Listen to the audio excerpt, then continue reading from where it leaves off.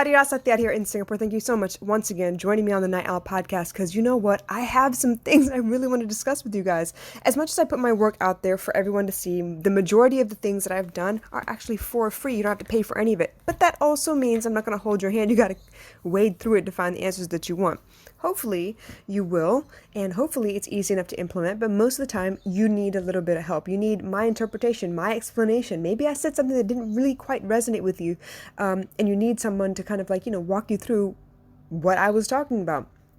For the most part, most people are like, okay, emotional intelligence, I get it. You say you're talking about emotional intelligence, you're trying to talk about mental health, you're trying to teach people about, their feelings, stuff like that. Now you're talking about, you want to teach people skills. What exactly is it that you do? So I'm going to make it as simple as possible. I teach people skills. I teach people how to relate to each other, to understand what the other person is saying. And if you don't, how to communicate to be able to get the answer that you want. Okay, maybe not the answer you want, but the answer you need, the truth. You want the reality from their point of view so that you can understand and incorporate whatever it is that they've told you in order to make the best decision going forward. A lot of what I teach has to do with self-awareness. And I don't know if anyone said it better than Bruce Lee. Bruce Lee said, let me see if I can find this. He says, those who are unaware that they are walking in darkness will never see the light. So in order for me to help you understand where you are, what you're doing, like kind of point out on a map, here, you are here, right?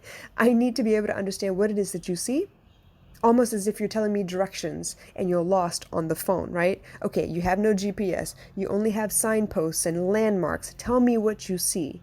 Tell me where you think you are. And then I can help you walk your way out of there. But in order for me to do that, you have to have a pretty good bearing on where you are. A lot of times you don't, and I get that. What you really need is for me to explain to you what you should be seeing, what you can take from the interpretations around you, what it is that you might be able to develop as a skill set, so whenever you find that you are lost or overwhelmed or buried knee-deep in tons and tons of just thoughts for the hell of thinking, you know how to kind of bring yourself out of it. It's almost like survival skills. Right? If you were in the jungle or in the woods, you would need to know how to start a fire, right? You would need to know how to put out said fire. You would need to know how to figure out, how to set up a shelter of some kind, how to forage for food, what kinds of foods to eat and what not to. So you don't end up with poison oak or poison ivy. You need to know a couple of things about the world around you. Now, for the most part, you are taught some of those things in school. You need, the 3 R's, reading, writing, and arithmetic, and you know that. But how do you apply those things? They don't teach you about the other humans in the world around you, the other animals that you might encounter. We do spend some time talking about what are predators and what is prey. We do talk about victims and, abusers, stuff like that. But we don't exactly tell you that there is the possibility of being a victim and being an abuser inside you. It depends on what it is that you see at the time to see which one comes out, or if you can maintain your balance and just be yourself in any given situation. But in order to be able to get you to understand all of those things, you need the knowledge, and then you need the skill set to implement. So what do I teach?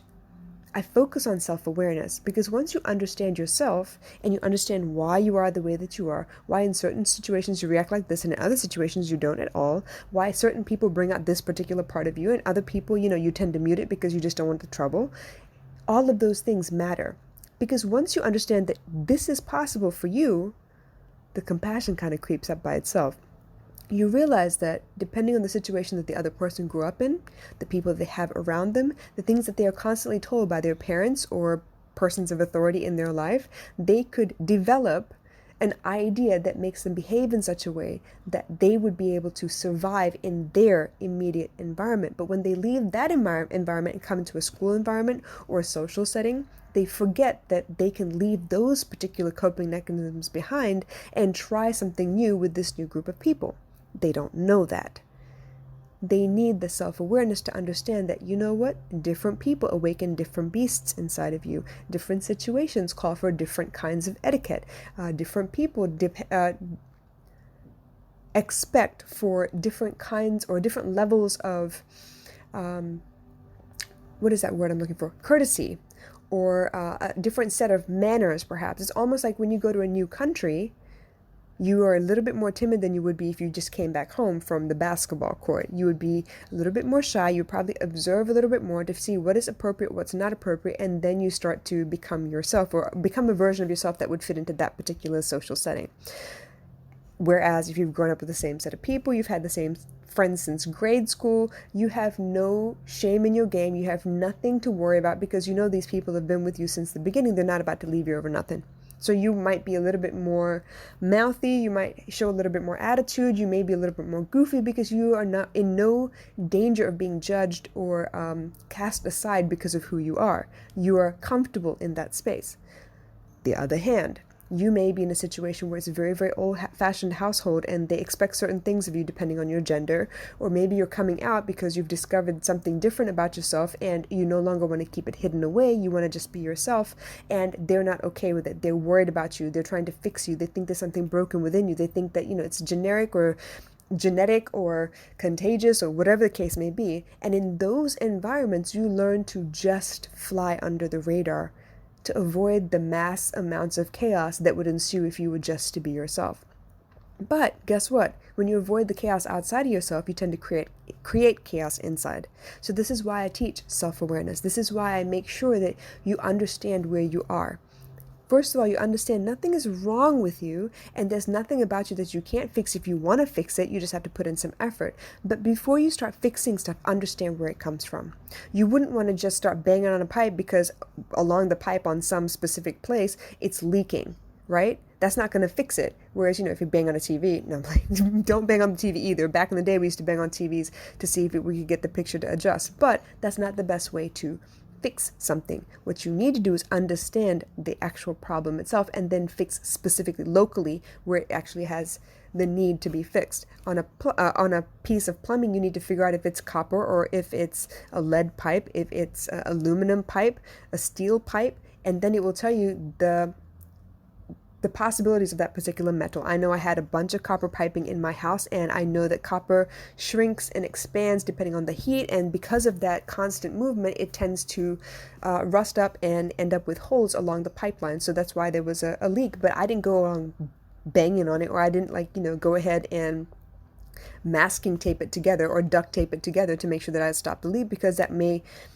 maybe not the fact that it rusted over, but there's a clog somewhere along the pipe that's causing pressure that's pushing back. You know what I mean, right? I'm not just blindly going in to fix stuff. I'm actually finding out what the root cause is, and then I'm fixing that. So in that same regard, I teach self-awareness. I teach emotional intelligence. I teach about mental health, because if you learn about your health and what it takes to keep your specific body healthy and your specific mind healthy, how it keeps you from creating more chaos in your life, what your environment does to contribute to all of that, it's important, and it will give you the power and the encouragement and the confidence to be able to take care of yourself. So that's why I teach self-confidence. That's why I teach self-awareness. That's why I teach emotional intelligence. So that you don't go around banging different areas of your life to see if you can fix it. You don't blindly get dragged around by your feelings. You understand where it's coming from, and then you do what you can. Focused action to actually fix the problem itself.